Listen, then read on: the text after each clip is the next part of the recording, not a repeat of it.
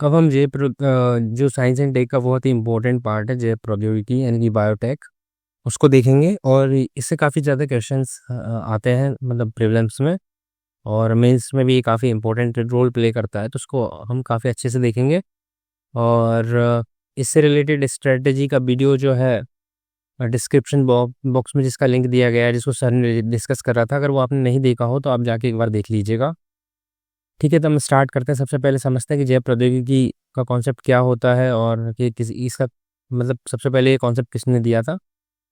तो अगर ये देखें तो जैव प्रौद्योगिकी की जो शब्दावली है, मतलब इस वर्ड का प्रयोग सबसे पहली बार 1919 में हंगेरियन एक इंजीनियर थे, उनका नाम था कार्ल एरकी। इनके द्वारा ये वर्ड का यूज़ किया गया था। ये जो कॉन्सेप्ट होता है जैव प्रौद्योगिकी, वो क्या करता है कि जो रॉ मटेरियल होता है, कच्चा माल होता है, उससे नए उत्पादों को तैयार करता है। और जैव प्रौद्योगिकी का जो प्रयोग है वो क्यों किया जाता है? हमारे जो जीवन की कई समस्याएं हैं, है ना, जैसे डिसीजेस हो गई या कुछ और, है ना, उनको उनके लिए नए समाधान तलाशने के लिए इसका प्रयोग किया जाता है। और जीवन की गुणवत्ता को बेहतर बनाने के लिए इसका प्रयोग किया जाता है। तो इसमें क्या होता है, मूल रूप से कई सारे कॉन्सेप्ट आते हैं, लेकिन दो जो प्रमुख क्षेत्र हैं इसके अंदर जिनका मेन प्रयोग किया जाता है, जिनको हम समझेंगे आगे चल के काफ़ी डिटेल में। एक है जेनेटिक इंजीनियरिंग। तो जीन्स तो आप तो जानते ही आनुवांशिक होते हैं, मतलब माता पिता से मिलते हैं, नए लोगों में आते हैं, इस तरह से। तो ये जो आनुवांशिक की सामग्री है, यानी कि डीएनए और आरएनए, इनमें परिवर्तन करके जो है जीन्स को अल्टर किया जाता है और नए उसमें तब्दील किया जाता है। इन्हें क्या करते हैं, मेजबान जीवों का उपयोग करके, जैसे वेक्टर हो गए, है ना, वेक्टर्स में वायरसेस और बैक्टीरिया का उपयोग करके जीन्स को अल्टर कर दिया जाता है ना, तो उनके फोनोटाइप को बदल दिया जाता है। फिर इसके बाद में आती है बायो प्रोसेस इंजीनियरिंग। देखिए जो हमारे जीवन में क्या होता है कि कई सारे जीव होते हैं, है ना, बैक्टीरिया हो गए, वायरस हो गए, या फिर और भी कई जीव होते हैं, छोटे छोटे चींटी हो गई या इस तरह से। तो वो जिन सिद्धांतों का उपयोग करके उनकी जैविक क्रियाएं चलती है, उन्हें हम समझकर क्या करते हैं कि हमारे जीवन की गुणवत्ता को बेहतर बनाने के लिए उनका उपयोग करते हैं, है ना। तो इस तरह से बायो प्रोसेस इंजीनियरिंग का यूज़ करके वेरियस प्रोडक्ट्स को तैयार करा जाता है। इसको पढ़े तो जैसे एंटीबायोटिक्स हो गया, टीके, एंजाइम्स आदि जैसे जैव प्रौद्योगिकी उत्पादों के निर्माण के लिए बड़ी मात्रा में केवल वांछित सूक्ष्म जीव, है ना, यूकैरियोटिक कोशिका के विकास के लिए रासायनिक इंजीनियरिंग प्रक्रियाओं में जीवाणु रहित, है ना। आपने देखा होगा कि वो जो कोवैक्सीन थी, है ना, उसको जो है एक उसके द्वारा तैयार किया गया था, जो वायरस है, जो वायरस था कोविड वायरस के, उसको जो है क्या करके इनएक्टिवेट करके, इनएक्टिव करके, है ना। मतलब इसमें क्या होता है, इनएक्टिव हो जाता है तो वायरस इतना इम्पैक्ट नहीं करता। तो इस तरह से सूक्ष्म जीवों को ही यूज़ करके वेरियस प्रोडक्ट्स को तैयार करा जाता है। तो इसके बाद में आनुवांशिकी की जो मूल अवधारणा है, उसको समझते हैं। सबसे पहले आनुवांशिकी में जो सबसे इम्पोर्टेंट रोल प्ले करते हैं वो जीन होते हैं, है ना। कोई भी व्यक्ति जब जन्म लेता है उसमें माता पिता के जीन्स आ जाते हैं, ठीक है। तो इस तरह से आनुवांशिकी में जो सबसे इम्पोर्टेंट होते हैं ना, वो जीन होते हैं। और उसी के आकार, साइज कैसी है, हेयर कैसे हैं, वो जीन्स पे डिपेंड, ये सब चीज़ें जीन्स पे डिपेंड करता है। और ये माता पिता से आते हैं, इसीलिए कहते हैं ना कि बच्चा मम्मी पे गया, पापा पे गया। तो जिसके जीन्स ज़्यादा होंगे, इस तरह के जीन्स जिस चीज़ को रिप्रेजेंट करेंगे, वैसा बच्चा दिखता है। तो जीन जो होता है डीएनए का एक भाग होता है। अगर मान लो ये डीएनए है, तो इसमें एक जो छोटा पार्ट होता है वो होता है जीन, डीएनए का, ठीक है। तो इस तरह से एक भाग होता है जिसमें कार्यात्मक उत्पाद सामान्यतः प्रोटीन उत्पन्न करने के लिए आवश्यक सूचना होती है। देखिए, हमारे बॉडी में कोई भी फंक्शन प्रोटीन से होता है, बिना प्रोटीन के कुछ भी काम नहीं होता है ना। तो जो जीन होते हैं, जो डीएनए होता है उसी के अंदर जीन होते हैं, और ये जीन ही रिस्पॉन्सिबल होते हैं प्रोटीन्स वगैरह बनाने के लिए। तो जीन आकार और कार्य में भिन्न हो सकते हैं, मतलब अलग अलग जीन अलग अलग साइज के हो सकते हैं और कार्य भी डिफरेंट वर्क करते हैं। मनुष्य में लगभग 20 से 25,000 जीन होते हैं। जीनों को निम्नलिखित वर्गों में वर्गीकृत किया गया है। कौन कौन से? एक तो संरचनात्मक जीन है जो कि प्रोटीन के लिए कोड करते हैं। गैर कोडिंग जीन होते हैं जो प्रोटीन के लिए कोड नहीं करते। एक नियामक जीन होते हैं जो कि दूसरे जीन की अभिव्यक्ति को नियंत्रित करते हैं, ठीक है। इस तरह से फिर इसके बाद डीएनए को समझते हैं। डीएनए का फुल फॉर्म होता है डीऑक्सी राइबोन्यूक्लिक एसिड, है ना। ये एक अणु होता है जिसमें क्या होता है, सभी ज्ञात जीवों, है ना, जीवों, विषाणु यानी वायरस आदि के विकास, है ना, कार्यप्रणाली, वृद्धि, प्रजनन संबंधी आनुवांशिक निर्देश होते हैं।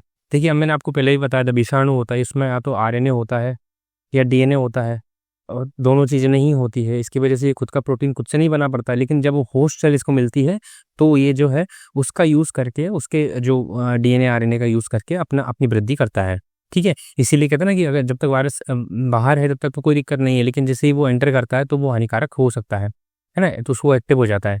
तो विषाणु आदि के विकास, कार्यप्रणाली, प्रजनन संबंधी आनुवंशिक निर्देश होते हैं, है ना? फिर डीएनए 2 लंबे धागों जैसी संरचना से बना होता है, जिसको डबल हेलिक्स स्ट्रक्चर भी बोलते हैं इस तरह से, है ना?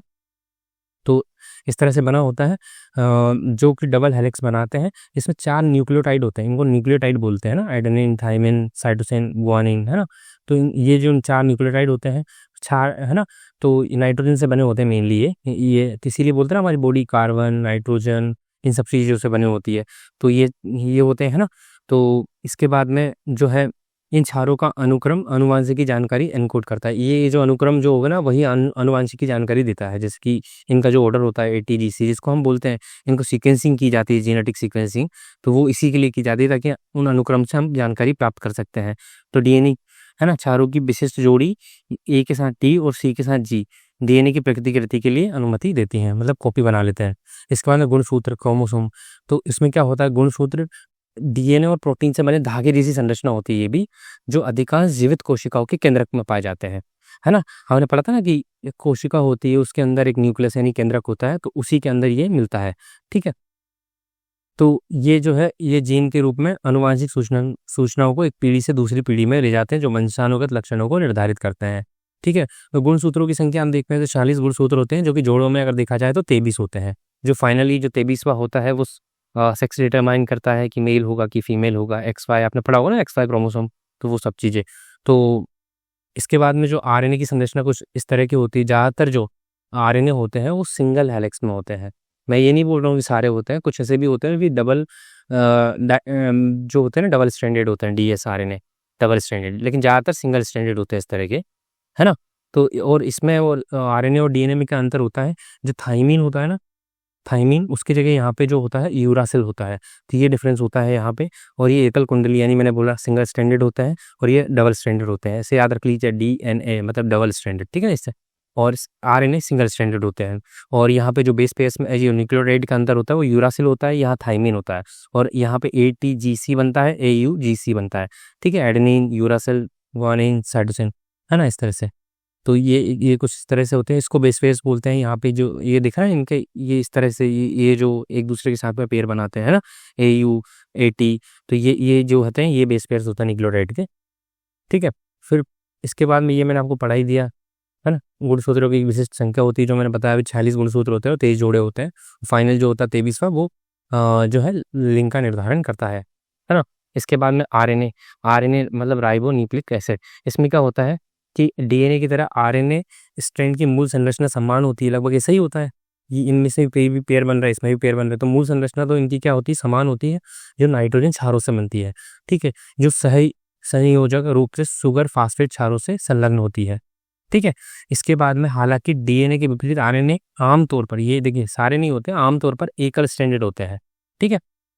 इसके अलावा आरएनए में डीऑक्सीराइबोस के बजाय राइबोस शुगर होता है। डीऑक्सी मतलब नहीं होता, राइबोस शुगर होता है ना? राइबोस में दूसरे कार्बन पर एक हाइड्रोक्सिल समूह होता है, ठीक है? इसके बाद में जो है ये संरचना देख लीजिए, एडेनिन थाइमिन का जोड़ा है, गुआनिन साइटोसिन का है, और इसको जो है सुगर फॉस्फेट भी बोलते हैं ना, बैकबोन होती है, और ये बेस पेयर्स बोलते हैं इनको, ये दोनों से मिलकर ये बेस पेयर बना है, ठीक है, इस तरह से। तो ये इसमें कुछ स्ट्रक्चर्स होते हैं। आरएनए में 4 नाइट्रोजनस क्षार होते हैं, वो भी मैंने बताया, यूरासिल होता है थाइमिन की जगह पे, बस इतना सा याद रखना है। ATGC की जगह AUGC होता है। इसके बाद में यूरासिल एक पायरिमिडीन है, जो संरचनात्मक रूप से थाइमिन के समान ही होता है, थाइमिन की जगह यूरासिल आ जाता है, बस इतना याद रखिएगा। इसके बाद में प्रोटीन संश्लेषण देख रहे हैं, प्रोटीन सिंथेसिस, प्रोटीन को कैसे बनाया जाता है। जीव विज्ञान केंद्रीय विचारधारा के अनुसार आनुवंशिक जानकारी डीएनए से आरएनए में जाती है, पहले डीएनए से कहाँ जाती है, आरएनए में जाती है, आरएनए से फिर प्रोटीन तक प्रवाहित होती है, प्रोटीन बनता है। और प्रोटीन के लिए हमने पहले पढ़ा भी था, राइबोसोम होते हैं जो कि प्रोटीन बनाते हैं, उसके लिए काफ़ी जिम्मेदार होते हैं। तो पहले क्या होता है, डीएनए होता है, उसकी प्रतिकृति बनती है, कॉपी बनती है, फिर उसका अनुलेखन होता है, यानी कि ट्रांसक्रिप्शन होता है, फिर वो जो है मैसेंजर आरएनए तक जाती है। ये एमआरएनए जो होता है, इसको ये लेके जाता है, जो राइबोसोम होता है वहाँ पे रूपांतरण होता है। रूपांतरण इसको क्या बोलते हैं, रूपांतरण को मतलब जो होता है ट्रांसलेशन होता है ना? ट्रांसलेशन के बाद में जो है वो प्रोटीन बना लिया जाता है कि कौन सा प्रोटीन बनाना है। और मैंने बोला ना कि ज़्यादातर प्रक्रिया, जैविक प्रक्रिया प्रोटीन के माध्यम से ही चलती है, बिना प्रोटीन के कुछ नहीं संभव होता है। तो सबसे पहले डीएनए की प्रतिकृति बनती है, डीएनए की प्रतिकृति वह प्रक्रिया जिसके द्वारा कोशिका का विभाजन डीएनए की अपनी प्रति बनाता है, मतलब कॉपी बना लेता है। फिर इसका अनुलेखन होता है प्रक्रिया जिसके द्वारा कोशिका डीएनए के एक टुकड़े की आरएनए प्रतिलिपि बनती है, आरएनए की प्रतिलिपि जिसे मैसेंजर आरएनए कहा जाता है ना। और कोशिका में प्रोटीन बनाने के लिए आवश्यक आनुवंशिकी जानकारी संग्रहित होती है, मतलब मैसेंजर आरएनए क्या होता है कि एक आनुवंशिक जानकारी को मैसेंजर के तौर पे लेके जाता है। फिर ट्रांसलेशन होता है वह प्रक्रिया जिसके द्वारा एक कोशिका मैसेंजर आरएनए में मौजूद आनुवंशिक जानकारी का उपयोग करके प्रोटीन बनाती है ना। और फिर प्रोटीन से क्या होता है, जो फंक्शन के लिए बनाया गया वो फंक्शन परफॉर्म हो जाता है। फिर डार्क डीएनए वो होता है जिसको हम अभी तक ज़्यादातर समझ नहीं पाए हैं, है ना। इसके बाद में क्या होता है, इसकी व्याख्या करना मुश्किल होता है, बस इतना याद रखिए। इसके बाद में जो है पारंपरिक रूप से इसे जंक डीएनए भी माना जाता है, क्योंकि हम जिसका हम यूज़ ही नहीं कर पा रहे उसको जंक डीएनए ही बोलेंगे, है ना। हाँ, किंतु हालिया शोध के अनुसार डार्क डीएनए जीन विनियमन, विकास, प्रजातियों के अनुकूलन में महत्वपूर्ण भूमिका निभा सकता है। हालांकि इसे सटीक कार्यों पर अभी भी चर्चा और अनुसंधान चल रहा है। फिर आता है जीनोम अनुक्रमण, जिसको जेनेटिक सीक्वेंसिंग बोलते हैं, है ना। टीजीसी का सीक्वेंस वगैरह बनाया जाता है, इससे हमें कई सारी आनुवंशिक जानकारियाँ मिलती हैं, ठीक है, जेनेटिक सीक्वेंसिंग के थ्रू, है ना। जैसे कि वायरस हुआ था उसकी भी जीन सीक्वेंसिंग करी गई थी कि किस तरह का है, उसी का अनुसार जो है वैक्सीन्स बनती है। फिर तो यह किसी जीव के जीनोम में संपूर्ण डीएनए अनुक्रम को निर्धारित करने की प्रक्रिया है। इसमें सभी गुणसूत्रों 4 nucleotide adenine, thymine, cytosine, guanine, है ना। और अगर आरएनए का करना है तो वो इस थाइमिन की जगह यूरासिल आ जाएगा। सटीक अनुक्रमण की पहचान की जाती है कि किस तरह से किस मोम में है। इसके अलावा जीनोम अनुक्रमण आनुवंशिक संरचना के बारे में जानकारी प्रदान करता है कि इसका ये कहाँ से कैसे बना है, किस तरह की इसमें जीन्स हैं, ये सब चीज़ें, जिसे शोधकर्ता को जीन अध्ययन करने, आनुवंशिक लक्षणों को समझने, रोगों को जड़ों से उत्परिवर्तनों की पहचान करने, व्यक्तिगत चिकित्सा मतलब पर्सनलाइज जो मेडिकेशन होता है उसको तैयार करने, जैव प्रौद्योगिकी में प्रगति को बढ़ावा देने में मदद मिलती है, ठीक है। फिर इसके बाद में हमारे मतलब जो वर्ल्ड लेवल पे मानव जीनोम परियोजना भी चलाई गई थी 1980 के दशक में। इसमें क्या हुआ था, वैज्ञानिकों ने मानव जीनोम में सभी 3.2 बिलियन यानी कि 320 करोड़ न्यूक्लियोटाइड जोड़े अनुक्रमित करने की संभावना पर चर्चा शुरू की थी। इन चर्चाओं के कारण क्या हुआ था कि 1990 में मानव जीनोम परियोजना की शुरुआत हुई थी, ठीक है। मानव जीनोम परियोजना की शुरुआत हुई। फिर मानव जीनोम परियोजना के प्रारंभिक लक्ष्य क्या थे, एक तो जितनी भी जीन हो सकते हैं, मतलब जितने भी उनकी जीनों की मैपिंग करना, संपूर्ण मानव जीनों में एक विस्तृत भौतिक मानचित्र तैयार करना, मतलब कि कौन किस पर्टिकुलर टाइप के लोग किधर किस एरिया में रहते हैं, उनके जेनेटिक सीक्वेंसिंग। इसके बाद में 2005 तक सभी 24 मानव गुणसूत्रों के न्यूक्लियोटाइड का अनुक्रम निर्धारण करना, है ना। तो फिर इसके कंप्लीट होने के बाद में इंडिया ने भी अपना क्या है, इंडिया जीनोम इंडिया परियोजना शुरू करी। इसको समझते हैं। अगर जीनोम इंडिया परियोजना की बात करें तो जैव प्रौद्योगिकी की जो बायोटेक्नोलॉजी डिपार्टमेंट है उसने 3 जनवरी 2020 को इस महत्वाकांक्षी जीनोम इंडिया परियोजना को शुरू किया था। तो इसने क्या करा था कि जीनोम इंडिया प्रोजेक्ट का जो लक्ष्य था वो 10,000 नागरिकों के आनुवंशिकी नमूने एकत्रित करना था और उनकी जेनेटिक सीक्वेंसिंग करनी थी। तो इसका लक्ष्य काफ़ी बृहद था, क्योंकि क्या होता है 10,000 व्यक्तियों को जो आनुवंशिक डेटा था संपूर्ण जीनोम अलग अलग इलाकों से, है ना, जैसे नॉर्थ ईस्ट हो गया, नॉर्थ इंडिया हो गया, कश्मीर मान लो, है ना, साउथ इंडिया हो गया, मिडिल इंडिया हो गया, है ना। तो यहाँ से अलग अलग जो रेसेस थे, अलग अलग तरह के जो लोग थे, ट्राइबल्स हो गए या फिर अलग अलग, सभी के जो है जीनोम को इकट्ठा करना था इसमें। इसके बाद में उसको जो है सीक्वेंसिंग करनी थी, है ना। इसके बाद में इस डेटा का विश्लेषण किया जाना था। इसके बाद भारतीय आबादी को प्रभावित करने वाली, इससे क्या होगा कि जो बीमारियों की प्रकृति को समझा जा सकेगा कि किस तरह की बीमारियां कहाँ होती है, क्यों होती है, कौन से जीन है जो उन बीमारियों के लिए जिम्मेदार है। अंततः पूर्वानुमेत निदान तकनीकों, जैविक मापदंड के विकास में मदद मिलेगी। यह देश में अगली पीढ़ी की व्यक्तिगत चिकित्सा ना पर्सनलाइज्ड जो मेडिसिन होती है, ट्रीटमेंट होता है, उसके विकास में मदद करेगा, और जिससे स्वास्थ्य और बीमारी के परिणामों का पता लगाने का मार्ग प्रशस्त होगा, ठीक। फिर यह पहल जो है लक्षित निवारक देखभाल, है ना, मतलब कि टारगेटेड ट्रीटमेंट, है ना, क्योंकि इसमें उन जनसंख्या समूहों की पहचान करने में मदद की क्षमता है जो कुछ बीमारियों के लिए विभिन्न जोखिम कारकों के प्रति अधिक संवेदनशील जो है, उनका पहचान हो सकता है। ज़्यादा संवेदनशील लोग हैं उनके लिए, उदाहरण के लिए कुछ क्षेत्र भी किसी विशिष्ट बीमारी के प्रति रुझान रखता है, मतलब मान लो कि कोई पर्टिकुलर एरिया में कोई विशिष्ट बीमारी होती है, जैसे मान लो नॉर्थ ईस्ट हो गया या फिर ईस्ट एरिया हो गया, है ना, साउथ इंडिया हो गया, मिडल इंडिया हो गया, कहीं भी अगर कोई विशिष्ट बीमारी दिखती है तो उसको पहचान किया जा सकता है। जो देखिए, जैसे कि एमपी में जो है सिकल सेल एनीमिया में कुछ इलाकों में ज़्यादा मिलता है ना, तो सिकल सेल एनीमिया ट्राइबल इलाके एमपी के जो है, झाबुआ वगैरह वहाँ पे ज़्यादा मिलता है। तो इस तरह से विशिष्ट इलाकों में जो है पता चल जाता है कि किस वजह से ये चीज़ हो रही है। इस परियोजना का नेतृत्व बेंगलुरु में जो आईआईएससी है, इंडियन इंस्टीट्यूट ऑफ साइंस, भारतीय विज्ञान संस्थान के मस्तिष्क अनुसंधान केंद्र द्वारा किया जाता है, जो 20 अग्रणी संस्थानों के सहयोग के मध्य केंद्रीय समन्वय के रूप में कार्य करता है। यह पहल जीन थेरेपी में भारत की प्रगति और उभरती अगली पीढ़ी की दवा की दिशा में उसकी प्रगति को दर्शाती है, जो अधिक अनुकूलन, सुरक्षा पहले से पता लगाने की संभावना पैदा करती है। यह पहल विश्व भर में व्यक्तियों की बहुत बड़े समूह के लिए व्यक्तिगत स्वास्थ्य देखभाल की नींव रखने में मदद करेगी। फिर इसके बाद में भारत की चयनित अंतर्विभाग जनसंख्या को की मानव माइक्रोम पहल माइक ठीक है, ये मुझे लगता है कि ज़्यादा इंपॉर्टेंट है नहीं, इसलिए इसमें आगे बढ़ते हैं, क्योंकि मैंने पढ़ के देखा था, इतना नहीं पूछा जाएगा मेरे ख्याल से। फिर इसके बाद में अपन जो इंपॉर्टेंट टर्मिनोलॉजी दे रखी है वो पढ़ते हैं, ट्रांसक्रिप्टोम और एरियल मेटाजीनोम में। तो इसमें क्या होता है, ये किसी भी जीव के जो जीनोम प्रोटीन कोडिंग भाग को संदर्भित करता है, मतलब प्रोटीन कोडिंग के लिए जो जो जिम्मेदार होते हैं ना उनको। तो कौन जिम्मेदार होता है? आरएनए।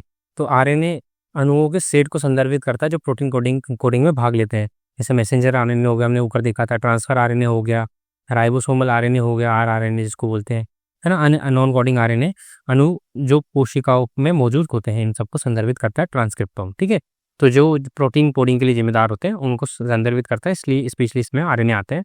फिर इसके बाद में एरियल मेटाजेनोमिक्स होते हैं, है ना, मेटागेनोमिक्स। ठीक है, तो इसमें क्या होता है कि आमतौर पर हवा में हमारे जो है कुछ आरएनए और डीएनए से रिलेटेड अणु मिल जाते हैं, हवा में आनुवांशिक सामग्री मिलती है, तो उनको एकत्रित करके हवाई उनकी जो डीएनए आरएनए की जो पता लगाया जाता है, उसी को आमतौर पर हवाई कणों या एरोसोल के रूप में जो मिलते हैं उन्हीं को एरियल मेटाजेनोमिक्स कहते हैं।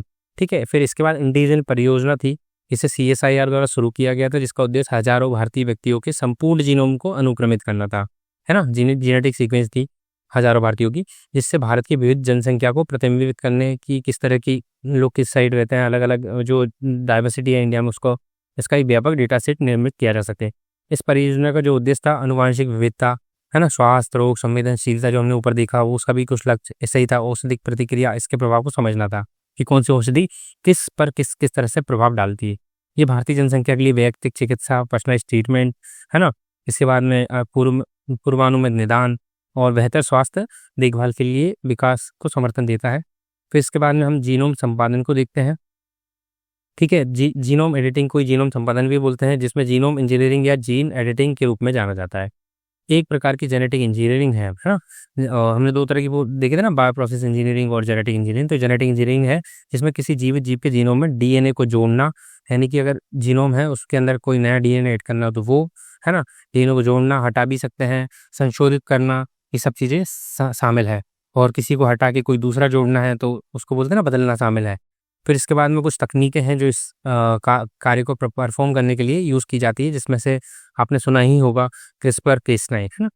तो क्रिस्पर का फुल फॉर्म सबसे पहले यहाँ लिखा हुआ clustered regularly interspaced short palindromic repeats, है ना। और केस9 जो है क्रिस्पर एसोसिएटेड प्रोटीन को बोलते हैं, CRISPR associated protein, CRISPR associated protein, है ना। इसको मॉलिक्यूलर सीजर यानी कि आणविक कैंची भी बोलते हैं, तो जिसका उपयोग डीएनए के किसी पर्टिकुलर भाग को काटने के लिए किया जाता है ना। अगर किसी डीएनए है तो उसके किसी भाग को काटना है तो उसके लिए इस सीजर का प्रयोग किया जाता है। और इस जो कैंची की खोज है इमैनुअल चार्पेंटियर और जेनिफर ए डोडना ने की थी, जिनको इसके लिए रसायन विज्ञान में 2020 में नोबेल पुरस्कार से भी सम्मानित किया गया है। तो इस सिस्टम का जो डीएनए लक्ष्यीकरण घटक है ना, ये जो क्रिस्पर है, यह एक आरएनए अणु से बना है, जिसे पूरक, मतलब जो केस9 होता है ना उसकी बात कर रहे हैं, तो जिससे पूरक बेस पेयरिंग के माध्यम से कुछ डीएनए क्षारों से जुड़ने के लिए डिजाइन किया गया है। ठीक है, फिर क्रिस्पर एसोसिएटेड प्रोटीन केस9 न्यूक्लियस घटक है जो डीएनए को काटता है। ठीक है, इसके बाद में इसकी हमने बात कर ही ली है। इसके अलावा देखिए इस तरह से ये जो मॉलिक्यूलर सीरीज है केस9, इसके थ्रू इसको काटा जा रहा है, फिर इसमें चेंजेस करके इसमें वापस से रिप्लेस कर दिया गया है। इसके बाद में क्रिस्पर केस9 जो है कि क्रिस्पर या केस9 लक्ष्य डीएनए की पहचान करता है, फिर क्रिस्पर केस9 लक्ष्य डीएनए को काटता है, काटा है ना। इसके बाद में आरएनए को निर्देशित निर्देशित करता है, कस्टम डिज़ाइन किया गया अनुक्रम उसमें डाल दिया जाता है, लक्ष्य डीएनए, ठीक है। तो इस तरह से इसको जेनेटिक इंजीनियर करा जाता है। इसके बाद में transcription activator like effector nucleus और जो टेक्निक्स हैं उसमें एक टैलेंट्स भी है ना। तो इसका फुल फॉर्म ये दे रखा है, transcription activator like effector nucleus, है ना, टैलेंट्स। तो अगर यूपीएससी पूछ ले कि ये टैलेंट्स हो गया, जेडएफएन हो गया, इनके नाम दे दे कि किस चीज़ से रिलेटेड है, तो आप समझ जाएंगे जेनेटिक इंजीनियरिंग से रिलेटेड है ना, जो कि जीन्स को जेनेटिक इंजीनियरिंग को परफॉर्म करने के लिए इन टेक्निक्स का यूज़ किया जाता है। तो यूपीएससी इतना ही पूछेगी अगर प्रीलिम्स में पूछेगी भी तो, ठीक है। तो जो डोमेन होता है डीएनए के बाइंडिंग डोमेन होते हैं ना, डीएनए में बाइंड करते हैं। इसके बाद में जिंक फिंगर न्यूक्लियस की अगर बात करें तो जेडएफएन एक कस्टम डिज़ाइन किए गए सिस9 और हिस2 जिंक फिंगर प्रोटीन होते हैं। इनका भी काम क्या होता है, वही बाइंडिंग के रूप में फिंगर बाइंडिंग साइटों को अलग करना। इसके बाद में जो है होमिंग एंडोन्यूक्लियस या मेगा न्यूक्लियस होता है। होमिंग एंडोन्यूक्लियस जिसे मेगा न्यूक्लियस भी कहा जाता है, दोनों का एक ही नाम है ना, होमिंग न्यूक्लियस या मेगा न्यूक्लियस। ये एंजाइम अपने डीएनए सबस्ट्रेट के साथ व्यापक अनुक्रम विशिष्ट संपर्क बनाने का काम करता है। हालांकि जो जेडएफएन और टैलेंट्स टेक्निक्स हमने जो देखी के विपरीत होमिंग एंडोन्यूक्लियस में बाइंडिंग और क्लीवेज डोमेन मॉड्यूलर नहीं है, इसके अंदर नहीं पाया जाता डोमेन मॉड्यूलर बाइंडिंग और क्लीवेज का, मतलब काटने का और जोड़ने का, ठीक है, जो इनमें पाए जाते हैं। ये बाइंडिंग डोमेन बनाते हैं, मतलब ये जोड़ने का काम करते हैं, ठीक है। तो इस तरह से इसके बाद में ये रूप और कार्य में ओवरलेप करके प्रयोजन को जो है चुनौतीपूर्ण बनाता है और जीनोम संपादन के। तो इन टेक्निक्स का नाम याद रखिएगा, ज़्यादा डिटेल में इनको पढ़ने की जरूरत नहीं हो कि अगर ऐसा पूछ लिया जाए कि टैलेंट्स हो गया, जेडएफएन हो गया, इनका फुल फॉर्म भी याद रखिएगा, zinc finger nucleus, homing endonuclease या मेगा न्यूक्लियस, किससे रिलेटेड है तो जेनेटिक इंजीनियरिंग से रिलेटेड ये टेक्निक्स हैं, ठीक है, इतना याद रखिएगा। फिर हम आते हैं आरएनएआई इंटरफेस पे, ठीक है। तो आरएनएआई इंटरफेस क्या होता है इसको समझते देखिए। इसमें अभी हमारे पास समय की कमी है, हम इसको नॉर्मल समझ लेते हैं, है ना। इसमें बाद में जब हम डिटेल में साइंस एंड टेक को करेंगे कभी, तो बहुत सारी चीज़ें होती है, जैसे डाइसर एंजाइम होता है वो किस तरह से फंक्शन करता है, और आरएनएआई में बहुत डिटेल में, है ना। तो आरएनएआई वैसे तो सेल्स में क्या होता है नेचुरली भी होता है, लेकिन इसको लेब और रिसर्च के लिए भी उपयोग किया जाता है ना। तो इसमें क्या होता है डबल स्टैंडर्ड आरएनए होता है जिसको यूज़ करा जाता है। हमने पढ़ा था ना सिंगल स्टैंडर्ड, ज़्यादातर आरएनए सिंगल स्टैंडर्ड होते हैं, है ना, लेकिन डबल स्टैंडर्ड भी होते हैं, तो उनका यूज़ किया जाता है जिसके माध्यम से जीन को साइलेंसिंग करा जाता है। और इससे क्या होता है, साइलेंस जब जीन हो जाता है, जीन अपना एक्सप्रेशन नहीं कर पाता और वो प्रोटीन नहीं बनाता है, तो प्रोटीन नहीं बनाएगा, प्रोटीन सेंसेशन रुक जाता है। तो इसका काम जो है, अभी इतना फंक्शन याद रखिए इसका, अगर पूछा जाए तो। बाद में कभी डिटेल में इसको डिटेल में डिस्कस करेंगे कि डाइसर एंजाइम किस तरह से काम करता है ना। तो ये सब चीज़ें, और इसके अलावा रिस्क कॉम्प्लेक्स भी इसमें होता है, तो वो हम बाद में डिस्कस करेंगे। तो अभी क्या होता है इसका काम, इसका इतना याद रखिएगा कि ये जीन साइलेंसिंग करता है, इससे वो क्या होता है प्रोटीन सिंथेसिस रुक जाता है और उनकी गतिविधियों को घटा या बढ़ा सकता है। आरएनएआई के सभी यूकैरियोटिक जीवों में कोशिकीय रक्षा की एक विधि के रूप में होता है ये, है ना, मैंने बताया ना नेचुरली भी होता है, कोशिकीय रक्षा की विधि के रूप में होता है। इस विधि में एक पूरक डबल स्टैंडर्ड आरएनए अणु के माध्यम से विशिष्ट एमआरएनए साइलेंसिंग करना शामिल होता है ना। तो जीन साइलेंसिंग को परफॉर्म करता है ये विशिष्ट जो एमआरएनए होता है। लेकिन इसमें क्या कई बार क्या होता है, साइंटिस्ट अपने हिसाब से इसको लैब में जिस डबल स्टैंडर्ड आरएनए को इंट्रोड्यूस करवाते हैं ताकि किसी विशिष्ट जीन की एक्सप्रेशन को रोका जाता है। अगर वो जीन जेनेटिक एक्सप्रेशन नहीं होगा, प्रोटीन नहीं बनाएगा, तो जैसे मच्छर है, मच्छरों को जीवित रहने के लिए कुछ प्रोटीन्स की ज़रूरत होती है ना। तो साइंटिस्ट क्या करते हैं, कुछ डबल स्टैंडर्ड आरएनए को इंट्रोड्यूस करके उस प्रोटीन को बनने से रोक देते हैं। जिससे क्या होता है, अगर एक मच्छर ने अगर आपको काटा, है ना, तो उसके अंदर ये आ जाएगा। जब ये दोनों मच्छर प्रजनन करेंगे या कुछ करेंगे तो उसमें वो जीन जो एक्सप्रेस होना रुक जाएगा, जिससे क्या होगा, मच्छर क्या होगा, नष्ट होते जाएंगे। इस तरह से मच्छरों को, आबादी को कंट्रोल करा जा सकता है इसके तरह। तो इस तरह से जेनेटिक इंजीनियरिंग को यूज़ करा जाता है आरएनएआई वाली को, जिससे हम कई सारी जो व्यवहारिक समस्या है उनका समाधान यूज़ कर सकते हैं। तो ये यहाँ लिखा हुआ जी साइलेंस के प्राकृतिक तंत्र, जो वैसे तो प्राकृतिक तंत्र है, प्रायोगिक जीव विज्ञान में जो हम बात भी कर रहे थे, बायो प्रोसेस इंजीनियरिंग को यूज़ करके हम हमारी समस्या को समाधान करते हैं। तो विज्ञान में क्रांति लाने का दावा करता है, कार्यात्मक जीनोमिक्स, चिकित्सीय हस्तक्षेप, कृषि, अन्य क्षेत्रों में महत्वपूर्ण व्यवहारिक अनुप्रयोग हो सकता है। ठीक है, मुझे आशा करता हूँ आपको बहुत समझ में आ गया होगा जितना काम का है। इसके बाद आरएनएआई के कई सारे उपयोग होते हैं, कीट प्रतिरोधी पादपों का उत्पादन, है ना, जो मैंने अभी बताया मच्छर जिस तरह से मरते हैं, इसी तरह से कीटों को भी मारा जा सकता है ना। कुछ तरह के प्लांट्स में कुछ इस तरह के डबल स्टैंडर्ड आरएनए डाले जा सकते हैं, जिससे क्या होगा, अगर वो मच्छरों में जाएंगे तो वो खत्म हो जाएंगे। ठीक है, तो कई नेमाटोड मनुष्यों सहित विभिन्न प्रकार के पौधों और जानवरों पर परजीवी भी करते हैं, है ना। तो जो नेमाटोड्स होते हैं, मेलोइडोगाइन इनकॉग्निटा जो तंबाकू के पादपों की जड़ों को संक्रमित करता है और उपज में भी भारी कमी का कारण बनता है। इसको भी अपन कंट्रोल कर सकते हैं। इस संक्रमण को रोकने के लिए एक नवीन रणनीति अपना गई है जो आरएनए की प्रक्रिया पर शामिल है ना। जो नेमाटोड है ना उसको कंट्रोल करने के लिए आरएनए की जो तकनीक है इस पर आधारित एक समाधान लाया गया है। इसके बाद में एग्रोबैक्टीरियम वेक्टर का भी उपयोग करके नेमाटोड विशेष जीन को मेजबान पादप में प्रवेश कराया गया है ना। इसका परिणाम ये हो कि परजीवी जो आरएनए इंटरफेस को व्यक्त करने वाले ट्रांसजेनिक होस्ट में जीवित नहीं रह सकता। वही चीज़ें है कि ये जाएगा उसको नष्ट कर देगा, उस जीन की सारे प्रोटीन नहीं बन पाएगा, तो इसकी वजह जो प्रोटीन रिक्वायर्ड होते हैं ग्रोथ के लिए तो वो नहीं होंगे, तो वो मर जाएगा। ठीक है, इसके बाद में बायोमेट्रिक पहचान की बात करते हैं। लेकिन इसके कई सारे नुकसान भी होते हैं ना, ये भी याद रखिएगा कि क्या होता है कि इससे क्या होगा, जो जैव विविधता पे उस पर असर पड़ सकता है। बहुत सारे आपने चाइना में देखा होगा, उन्होंने जो कई पक्षियों को मार दिया था, उसकी वजह से उनकी जैव विविधता पे कितना नुकसान पड़ा था। वो एक स्टडी अगर आप कभी टाइम मिले तो करिएगा। इसका बायोमेट्रिक पहचान, फिंगरप्रिंट, कुछ ऐसे वर्ड हैं जो पूछे जाते हैं। फिंगरप्रिंट हो गया, आइरिस स्कैनिंग हो गया, रेटिनल स्कैनिंग हो गया, वॉइस रिकॉग्निशन हो गया, है ना। उपयोग व्यक्ति की बायोमेट्रिक पहचान के लिए किया जाता है। इसके बाद पुनर्योजित डीएनए तकनीकी, ठीक है, इसको समझते हैं हम। ये जो पुनर्योजित डीएनए टेक्निक होते हैं इसको हम रिकॉम्बिनेंट डीएनए टेक्निक भी बोलते हैं ना।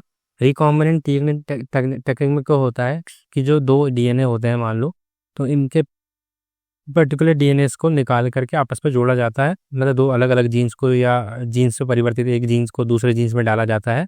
तो इस तरह से जेनेटिक इंजीनियरिंग भी इसको बोलते हैं। तो इसमें क्या होता है कि इसका उपयोग बहुत सारी मतलब इसमें देखिए, इससे समझते हैं ये तकनीक अनुवांशिक संरचना को संशोधित करने के लिए विभिन्न स्रोतों से डीएनए का संयोजन करती है। दो अलग अलग डीएनए जोड़ दिए और एक कुछ नया काम परफॉर्म करवाया। फॉर एग्जाम्पल, मैं आपको एग्जाम्पल देकर समझाता हूँ। जैसे मान लो कोई जीन है, वो इंसुलिन बनाने के लिए जिम्मेदार है, इंसुलिन को तैयार करता है। तो सबसे पहले क्या होता है, इस जीन की पहचान की जाती है कि क्योंकि हमें इंसुलिन बनवाना है, तो इस जीन को पहचान करके निकाल लिया जाता है और जो है किसी और डीएनए में उसको जोड़ दिया जाता है। इससे क्या होगा कि ये जो नया डीएनए है वो भी इंसुलिन बना पाएगा। तो इस तरह से इसका यूज़ किया जाता है विभिन्न स्रोतों के अनुवांशिक खंडों से प्रयोगशाला इन विट्रो में डीएनए। ठीक है, प्रतिबंधन एंजाइम, रेस्ट्रिक्शन एंजाइम, है ना। ये क्या करते हैं, प्रतिबंधन एंजाइम न्यूक्लियस नामक एंजाइमों के बड़े वर्ग से संबंधित दो प्रकार के होते हैं, एक्सोन्यूक्लियस, एंडोन्यूक्लियस, है ना। ये डीएनए के सिरों से न्यूक्लियोटाइड को हटाते हैं, जबकि एंडोन्यूक्लियस में डीएनए के भीतर विशिष्ट स्थानों पर कटौती करते हैं ना। अगर मान लो कोई निकालना है किसी से डीएनए या किसी नए जीन को, तो उसके लिए काटना छाटना भी पड़ेगा ना। तो ये जो न्यूक्लियस है, एक्सोन्यूक्लियस और एंडोन्यूक्लियस, ये कटौती का काम करते हैं। प्रतिबंधित एंडोन्यूक्लियस का उपयोग आनुवंशिक इंजीनियरिंग में डीएनए के पुनर्योजित अणुओं को बनाने के लिए किया जाता है ना। मतलब दो डीएनए को जोड़ने के लिए किया जाता है जो विभिन्न स्रोतों जीनोम से प्राप्त डीएनए से बने होते हैं। ठीक है, तो इस तरह से ये काम करता है। उसी का ये जो है डायग्राम दिया गया है। इसके बाद डीएनए अणुओं को अलग करना, सबसे पहले पृथक्करण करा जाता है ना, जैव इलेक्ट्रोफोरेसिस के माध्यम से। ये तकनीक के आधार पर डीएनए अणुओं को अलग करने के लिए आवश्यक बल प्रदान करने के विद्युत क्षेत्र का उपयोग करने के लिए है। इसका क्लोनिंग वेक्टर्स का यूज़ किया जाता है। किस तरह से, वर्तमान में उपयोग किए जाने वाले वेक्टर्स को इस तरह से डिजाइन किया जाता है कि बाहरी डीएनए को आसानी से जोड़ने, पुनर्योजों को चयन करने में मदद करते हैं। प्रतिकृति की उत्पत्ति, है ना। इसके बाद में यह अनुक्रम जहाँ से प्रतिकृति शुरू होती है, डीएनए के किसी भी टुकड़े को जब इस अनुक्रम से जोड़ा जाता है तो मेजबान कोशिकाओं के भीतर से इसे दोहराने के लिए बनाया जाता है। ठीक है, मतलब वही है ना, क्लोनिंग वेक्टर्स मैंने आपको बताया ना, बैक्टीरिया या फिर उसका चूज़ करा जाता है ताकि उसमें जो है जो पर्टिकुलर जीन है उसको वहाँ पे डाला जा सके। तो बैक्टीरिया या वायरसेस का रिकॉम्बिनेंट टेक्निक में यूज़ करा जाता है इस तरह से वेक्टर्स के रूप में। अगर यूपीएससी इस तरह से क्वेश्चन पूछ ले कि रिकॉम्बिनेंट डीएनए टेक्निक में वेक्टर्स के रूप में बैक्टीरिया वायरस का यूज़ करा जाता है, तो वो क्वेश्चन जो स्टेटमेंट होगा वो सही होगा ना। ठीक है, इसके बाद में प्लाज्मिड होता है।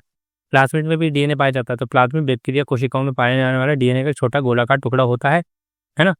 इस प्लाज्मिड का यूज़ करा जाता है ताकि कुछ नया इसको जो है इस वेक्टर्स के अंदर डाल के उसको पहुँचाया जा सकते। ठीक है, मान लो ये वेक्टर है, इसके अंदर ये प्लाज्मिड डाल के इसको एक पर्टिकुलर जगह पे जाके जोड़ दिया जाता है। तो जो क्रोमोसोम है डीएनए से भौतिक रूप से अलग होता है और स्वतंत्र रूप से दोहरा सकता है। ठीक है, इसके बाद में चयन योग और मार्कर सिलेक्टेबल की कौन सा कहाँ से किस टुकड़े को काटना है। फिर क्लोनिंग साइटें होती हैं, कहाँ पे इसको क्लोनिंग करनी है ना। डीएनए को जोड़ने के लिए वेक्टर को आमतौर पर उपयोग किए जाने वाले प्रतिबंधित एंजाइम को बहुत कम अधिमानता एकल पहचान क्षेत्र होना चाहिए। ठीक है, मतलब कहाँ पे जोड़ना है, क्लोनिंग साइट कहाँ पे क्लोनिंग करनी है। इसके बाद में मेजबान कोशिकाओं में डीएनए डालने की विधियाँ होती है कई सारी, माइक्रो इंजेक्शन होता है, बायोलिस्टिक होता है, इनको याद रखिएगा, ठीक है। विशिष्ट स्थानों पर डीएनए को काटना, है ना, वही हमने बार-बार वही कर रहा है कि जगह की पहचान करी जाएगी कि कहाँ जोड़ना है, कहाँ काटना है, इस टाइप से। फिर जीन की अभिव्यक्ति, परिवर्तित कोशिका जीन के उत्पाद उत्पन्न करती है, जिन्हें आगे के उपयोग के लिए अलग किया जाता है। इसका अनुप्रयोग कहाँ होता है? चिकित्सा, मैंने अभी इंसुलिन का एग्जांपल दिया था। कृषि, कोई जैसे कि गोल्डन राइस हो गया या कुछ नए चीज़ें ऐड करनी है कुछ, है ना, तो कृषि, अनुवांशिक रूप से संशोधित फसलें, है ना, अनुसंधान, जीन थेरेपी, कार्यात्मक जीनोमिक्स में इनका प्रयोग किया जाता है। इसके बाद में हम देखेंगे जो 3 पेरेंट बेबी की ये कॉन्सेप्ट होता है, जो यूपीएससी कई बार पूछती भी है इससे क्वेश्चन, तो इसको हम देखेंगे। तो इसमें क्या होता है, 3 पेरेंट बेबी में जो माता होती है ना, मदर, उसका क्या होता है, माइटोकॉन्ड्रिया डैमेज या क्षतिग्रस्त होता है, जिसकी वजह से अगर उसका माइटोकॉन्ड्रिया अगर जो उसका बेबी होगा उसमें भी चला जाएगा, ठीक है, तो उससे क्या होगा, बेबी भी माइटोकॉन्ड्रिया डिसीज से प्रभावित हो सकता है। तो इससे बचने के लिए 3 पेरेंट बेबी का जो कॉन्सेप्ट है आता है। इसमें क्या होता है, तो इसमें माता पिता के आनुवंशिक डीएनए डाटा के माइटोकॉन्ड्रियल डीएनए का उपयोग करके पात्र निषेचन इन विट्रो फर्टिलाइजेशन लैब में फर्टिलाइज करा जाता है कि प्रतिक्रिया द्वारा गर्भ धारण करना शामिल है। इसमें क्या होता है, इसकी माता का अंडाणु है, ठीक है, इसका एक केंद्रक है, स्वस्थ केंद्रक तो स्वस्थ है, लेकिन क्षतिग्रस्त इसका जो क्या है, माइटोकॉन्ड्रिया, तो इसका जो केंद्रक है वो निकाल लिया जाएगा, स्वस्थ केंद्रक, इसको निकाल लिया। अब दाता का अंडाणु है, इसे जो केंद्रक है उसको निकाल लिया गया है, इसका माइटोकॉन्ड्रिया लेकिन क्या है, स्वस्थ है। तो इस केंद्रक को इस अंडाणु में डाल के माता का गर्भ धारण करवा दिया जाता है ना। ये अंडाणु अब जाएगा, इसमें माइटोकॉन्ड्रिया भी स्वस्थ है इसके अंदर, क्योंकि, है ना, इस अंडाणु का, और केंद्रक जो माता का था वो स्वस्थ है, तो बेबी इसका भी हो गया, है ना, इसका भी हो गया, और ये जो शुक्राणु है पिता का, उसके द्वारा इसको क्या करेंगे, इसको फर्टिलाइज करवा दिया जाएगा लैब में, और क्या है, माता का गर्भाशय करवा दिया जाता है, और जो बेबी होगा वो स्वस्थ होगा एकदम। तो इसीलिए इस तरह से यूज़ करा जाता है इस टेक्निक का। माँ के दोषपूर्ण अंडाणु से स्वस्थ केंद्रक निकाला जाता है, स्वस्थ दादा के अंडाणु से केंद्रक निकालकर माँ के केंद्रक से प्रतिस्थापित कर दिया जाता है। दोनों महिलाओं के आनुवंशिक पदार्थ को ले जाने वाले अंडाणु को पुरुष शुक्राणु द्वारा निषेचित किया जाता है इन विट्रो, है ना, माता के गर्भ में प्रत्यारोपित कर दिया जाता है। तो इस तरह से जो बेबी होगा वो 3 पेरेंट होगा, क्योंकि इसका माइटोकॉन्ड्रिया है ना, इसका जो है केंद्रक है ना, और इस तरह से इन तीनों का ये बेबी हो जाएगा। सो रोगग्रस्त माइटोकॉन्ड्रिया डीएनए को स्वस्थ माइटोकॉन्ड्रिया डीएनए से प्रतिस्थापित किया जाता है, जिससे माइटोकॉन्ड्रियल रोगी को माँ के संतान में स्थानांतरित होने से बचाया जा सके। यह कार्य अंडाणु के आईवीएफ से पहले या बाद में किया जाता है। इसके बाद में माइटोकॉन्ड्रियल रिप्लेसमेंट थेरेपी भी होती है, और 3 पेरेंट बेबीज प्रतिक्रिया के नाम से भी जाना जाता है ना। इसे जो 2 mitochondrial replacement therapy, mitochondria replace कर दिया ना, और इसके बाद 3 पेरेंट बेबीज की प्रक्रिया इन दोनों के नाम से जाना जाता है। क्रिया विधि क्या होती है, जैविक माता पिता के भ्रूण को दाता के अंडाणु से प्राप्त माइटोकॉन्ड्रिया के साथ संयोजित किया जाता है। इसके बाद कुछ अन्य तकनीकें भी हैं, उनको भी हम समझते हैं। अन्य तकनीकों में देखें तो मात्र स्पिंडल ट्रांसफ़र होता है, एमएसटी इसको बोलते हैं तकनीक, और प्रो न्यूक्लियर ट्रांसफर। अगर इन टेक्निक्स के बारे में जाए ना, तो ये किससे रिलेटेड है, तो वही माइटोकॉन्ड्रियल डिसीज से रिलेटेड है ना, एमएसटी, पीएनटी, 3 पेरेंट बेबी, दोनों तकनीकों में अंडे या भ्रूण का निर्माण नाभिकें। 2020 में इससे रिलेटेड क्वेश्चन भी पूछा गया था, आप मुझे लगता है आप देखेंगे तो ईजिली सॉल्व कर सकते हैं उसको, ठीक है। नाभिकीय अनुवांशिक सामग्री दान किए गए स्वस्थ माइटोकॉन्ड्रिया का उपयोग किया जाता है। फिर इसके बाद में स्टेम सेल थेरेपी आती है ना। तो स्टेम सेल थेरेपी में क्या होता है, स्टेम सेल्स जो हमारी बॉडी का एक अहम पार्ट होती है, मतलब ये भी सेल्स ही होती है, लेकिन ये क्या होती है, नॉन स्पेशलाइज सेल होती है, जिनको हम विशेष पर्पज से यूज़ कर सकते हैं। तो इसका यूज़ करके हमारी विभिन्न स्वास्थ्य संबंधी समस्याओं का निदान किया जाता है। इसमें क्या होता है, स्टेम सेल थेरेपी जिसे पुनर्योजी चिकित्सा के रूप में भी जाना जाता है। स्टेम कोशिकाओं या उनके व्युत्पन्नों का उपयोग इसमें किया जाता है। रोगग्रस्त, निष्क्रिय, घायल ऊतकों की मरम्मत की प्रक्रिया को बढ़ावा देती है। शोधकर्ता क्या करते हैं, प्रयोगशाला में स्टेम कोशिकाओं को विकसित करते हैं। फिर इसके बाद में क्या होता है, इन स्टेम कोशिकाओं को विशिष्ट प्रकार की कोशिकाओं जैसे हृदय की, मांसपेशी कोशिकाओं, रक्त कोशिकाओं, तंत्रिका कोशिकाओं में परिवर्तित किया जाता है। इसके बाद विशेष कोशिकाओं को किसी व्यक्ति में प्रत्यारोपित कर दिया जाता है। देखिए 6 चरण होते हैं, इसका समझते हैं। देखिए कीमोथेरेपी, सिंथेटिक ग्रोथ फैक्टर का उपयोग करके स्टेम सेल को अस्थिमज्जा से रक्त प्रवाह में स्थानांतरित किया जा सकता है। मतलब क्या होता है कि अस्थि मज्जा, बोन मैरो से रक्त में ले आया जाता है, इन टेक्निक्स का यूज़ करते हैं। फिर इसके बाद में एक उपकरण के माध्यम से द्वारा रक्त को एकत्रित किया जाता है, जिसमें एक स्टेम सेल्स होती है, इसमें स्टेम कोशिकाओं को अलग किया जाता है। अब स्टेम कोशिकाओं को बाद में वापस शरीर में डालने के लिए इसे संरक्षित करने हेतु फ्रीज कर दिया जाता है। है ना, फ्रोजन स्टेट में। इसके बाद अस्थि मज्जा और प्रतिरक्षा प्रणाली को पूरी तरह या आंशिक रूप से नष्ट करने के लिए, क्योंकि जब ये दोबारा अगर डाली जाएगी तो क्या होता है, हमारा प्रतिरक्षा प्रणाली इसको रिजेक्ट कर सकती है, इसके लिए कुछ तरह से नष्ट कर दिया जाता है। कीमोथेरेपी का उपयोग किया जाता है, फिर ड्रिप का उपयोग करके स्टेम कोशिका को शरीर में वापस प्रवेश कराया जाता है। पर जब ये 5-6 महीने में नॉर्मल हो जाता है ना, तो सामान्यतः शरीर 3 से 6 महीने की अवधि में ठीक हो जाता है। कभी कभी इसे अधिक समय भी लग सकता है। स्टेम सेल थेरेपी की ये चरण होता है, ठीक है। फिर इसके बाद में ऊतक इंजीनियरिंग सेल थेरेपी प्रयोजन के लिए स्टेम कोशिकाओं को आमतौर पर 4 बुनियादी स्रोतों से प्राप्त किया जाता है। कहाँ कहाँ मिलती है? भ्रूण ऊतक से मिलती है, हमने देखा था ना, कई सारी की टोटिपोटेंट होती है, मल्टीपोटेंट होती है ना। तो ये भ्रूण ऊतक से मिलती है, गर्भस्थ भ्रूण ऊतक से मिल सकती है ना, फेटस से, प्लेसेंटा से, नाल से, और अमनियोटिक फ्लूइड से, गर्भनाल से, यहाँ से मिल सकती है ये। इसके बाद में वयस्क जीव में विशिष्ट स्थान जैसे वसा, अस्थि मज्जा, कंकाल की मांसपेशी, त्वचा या रक्त से मिल सकती है। अनुवांशिक रूप से पुनः प्रोग्राम किए जाने के बाद विभेदित दैहिक कोशिकाएं, ठीक है। तो दैहिक कोशिका का परमाणु स्थानांतरण, ठीक है, जिसे सोमेटिक सेल न्यूक्लियर ट्रांसफर भी कहते हैं। कि इसमें इसको समझते हैं, इसमें क्या होता है। देखिए इसमें इसमें क्या होता है कि एक नॉर्मल सेल होती है, मान लो आपकी स्किन सेल हो गई, शारीरिक शरीर की ना, यही बात करी दैहिक कोशिका, है ना, सोमेटिक सेल हो गई। और इसमें क्या होता है, एक एग सेल हो गया, है ना, अंडाणु, उसमें भी एक न्यूक्लियस होता है। क्या करते हैं, इसका जो न्यूक्लियस है इसको हटा दिया जाता है ना, और इसका जो न्यूक्लियस है इसको निकाल के यहाँ लाया जाता है, और इसमें जो है यहाँ से जाके इसमें डाल दिया जाता है। जो एक सेल में जो न्यूक्लियस किसका है, इसका है ना। अब क्या करते हैं, इस जो एक सेल हो गया, इसमें न्यूक्लियस सोमेटिक सेल का था, है ना, किसी और का। तो इस न्यूक्लियस से इस अंडाणु को क्या होता है, वापस से जो सरोगेट मदर होती है उसके अंदर डाल दिया जाता है, ठीक है। तो अब जो सॉरी इसको पहले क्या करेंगे कि इससे एम्ब्रियो तैयार करा जाता है ना, भ्रूण। फिर इसको इसमें डाल दिया जाता है ना, इसमें डाल दिया जाएंगे तो जो सरोगेट मदर होगी उसको डाल दिया जाएगा। तो इससे क्या होगा, जो संतान होगी वो जो है उस सोमेटिक सेल वाले न्यूक्लियस की क्लोन होगी, ठीक है। तो इस तरह से इसका यूज़ किया जाता है। तो दैहिक कोशिका परमाणु स्थानांतरण, जिसमें तकनीक में एक दैहिक शरीर की कोशिका के केंद्र को अन्यूक्लिएट अंडे, मैंने जो बताया ना अन्यूक्लिएट अंडे, ये अंडा था, इसका न्यूक्लियस हटा दिया, अन्यूक्लिएट अंडा हो गया। तो एक अंडा जिसका अपना केंद्र हटा दिया गया है कि साइटोप्लाज्म में स्थानांतरित कर दिया जाता है। एक बार अंडे के अंदर दैहिक केंद्र को अंडे के साइटोप्लाज्मिक कारकों द्वारा युग्मत और उर्वरित अंडा बनाने के लिए पुनः ही प्रोग्राम किया जाता है, मतलब वही एम्ब्रियो बना लिया जाता है। फिर इसमें अंडे को ब्लास्टोसिस चरण तक विकसित करने की अनुमति दी जाती है। जब वो भ्रूण बन जाता है, जिसके बाद में जिस बिंदु पर ब्लास्टोसिस के आंतरिक कोशिका का द्रव्यमान से भ्रूण संवर्धन किया जाता है, इसमें इसका उपयोग क्या है, क्लोनिंग करने के लिए किया जाता है। मैंने ये भी बताया आपको कि जिसका वो सोमेटिक सेल होगा, उसी जिसका न्यूक्लियस होगा उसी का क्लोन बनेगा। तो एसएनटी का सबसे अधिक उपयोग जीवों की क्लोनिंग के लिए किया जाता है, जैसे कि 1996 में डोली भेड़ की क्लोनिंग की गई थी। यह वयस्क दैहिक कोशिका से क्लोन किया गया पहला स्तनपायी था। फिर चिकित्सीय क्लोनिंग के लिए भी इसका उपयोग किया जाता है। इसका संरक्षण के लिए कुछ लोग प्राय जो जीव होते हैं उनके संरक्षण के लिए भी इसका उपयोग करा जाता है। इसके कई सारे नैतिक जो है वैज्ञानिक विचार है। इससे क्या होता है, इसके जो शिशु होते हैं पशु कल्याण के लिए भी, मतलब उनके लिए भी करा जाता है, क्योंकि कई बार इनकी क्या होती है, लाइफ काफ़ी कम होती है, और कई बार ये टेक्निक फेल भी हो जाती है। हालांकि एसएनटी चिकित्सा और संरक्षण जैसे विभिन्न क्षेत्रों में आशाजनक है, लेकिन ये नई नैतिक चिंताओं को जन्म देती है ना। एथिकल डायलेमास होते हैं कैसे, विशेष रूप से पशु कल्याण और मानव क्लोनिंग के निहितार्थ के संबंध में, है ना। इसका कोई लोग सरोगेशन के लिए मतलब जो है गलत यूज़ भी करते हैं इस टेक्निक का। इसके बाद में इसके अतिरिक्त एसएनटी अक्सर अनुचित और अप्रभावी साबित हुए हैं, जिसमें क्लोन किए गए जीवों में विफलता हो जाती है और असामान्य विकास की उच्च दर को देखा जाता है। इसके बाद में कृषि में जैव प्रौद्योगिकी जो बायोटेक है उसके क्या अनुप्रयोग है, एप्लीकेशंस है, को देखते हैं। आनुवांशिक रूप से जीएमओ खाद्य फसलों के लिए किया जाता है।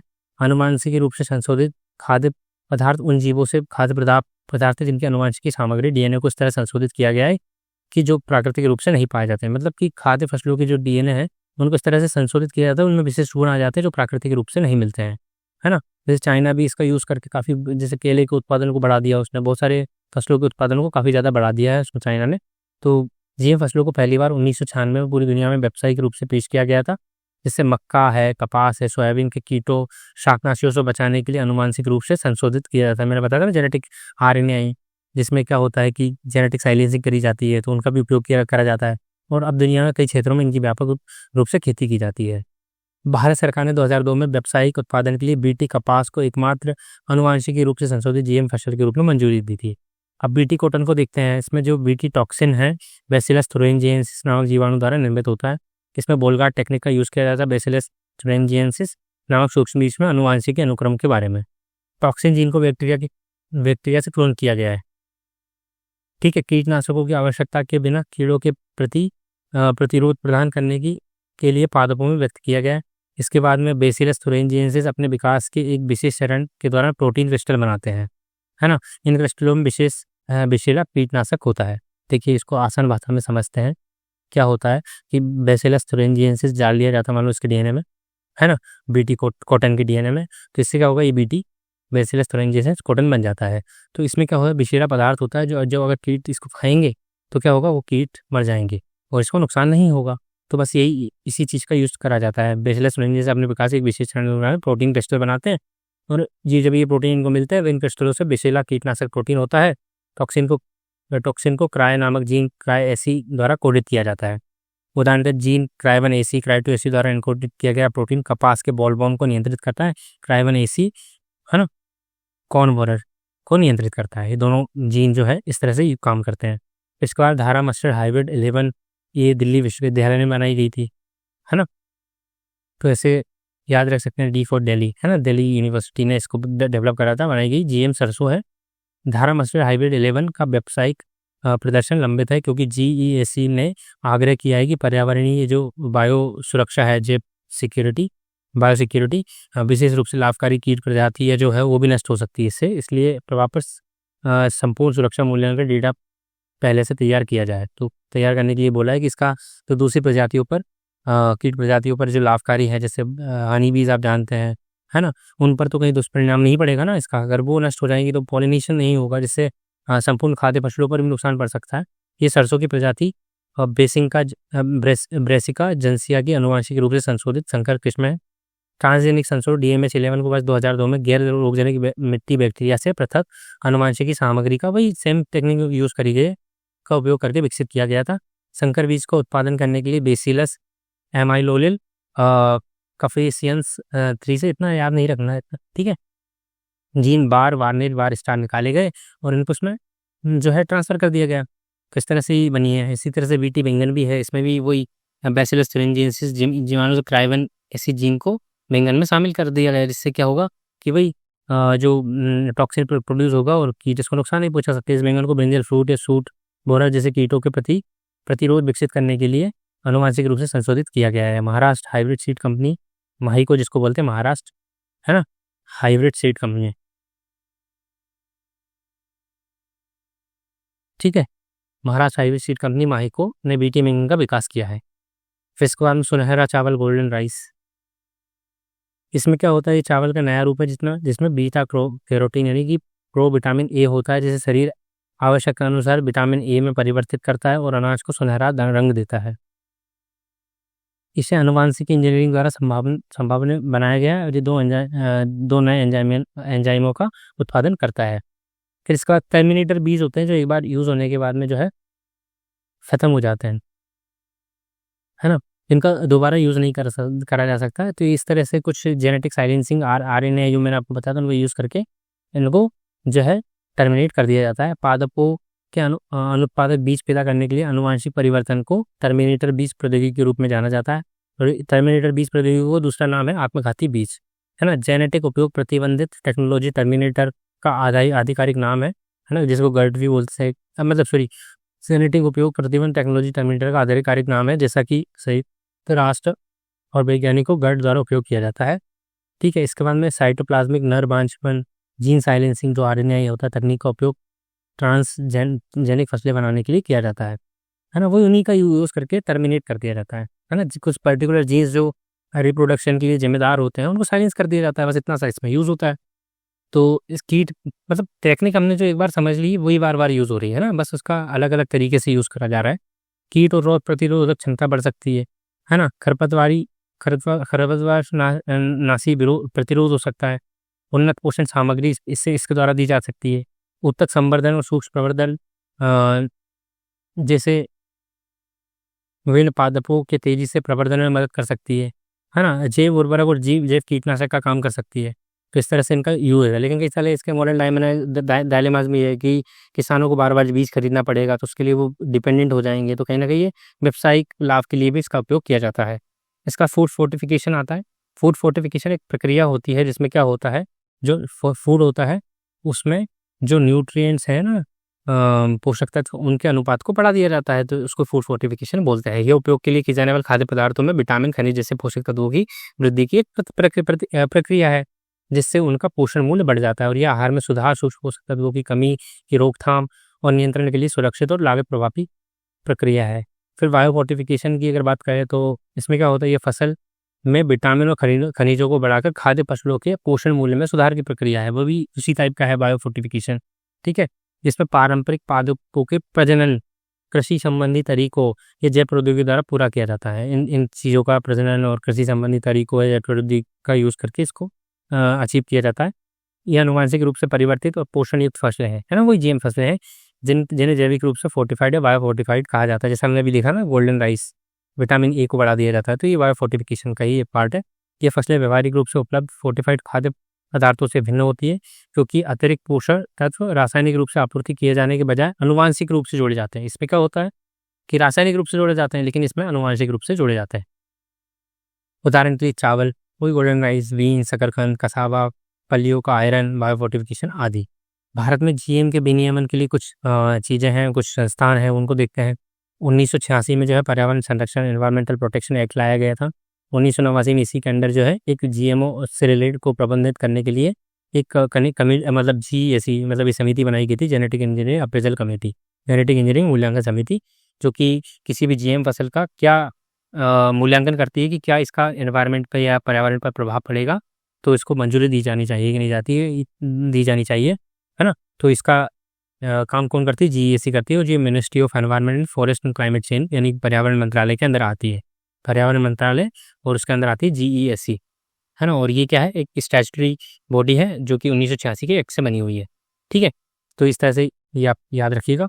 तो ये हानिकारक प्रभाव सूक्ष्म जीवों और पुनर्योजों को बड़े पैमाने पर इनसे जुड़ी क्या क्या ये प्रभाव डाल सकते हैं, इन सब के लिए जो है देखरेख करती है, मूल्यांकन करती है ना? फिर ये जब तक अनुमति नहीं देती तब तक क्या होता है कि वो उसको हम प्रयोग में नहीं ला सकते। इसके अंदर निपटने के लिए कुछ 6 प्राधिकरण हैं: पुनर्योग डीएनए सलाहकार समिति, संस्थागत जैव सुरक्षा समिति, आनुवंशिक हेरफेर पर समीक्षा समिति। इतना याद नहीं रखना है अगर आपको, है ना? तो जीएसी, जेनेटिक इंजीनियरिंग अनुमोदन समिति, राज्य जैव प्रौद्योगिकी समन्वय समिति, जिला स्तरीय समिति।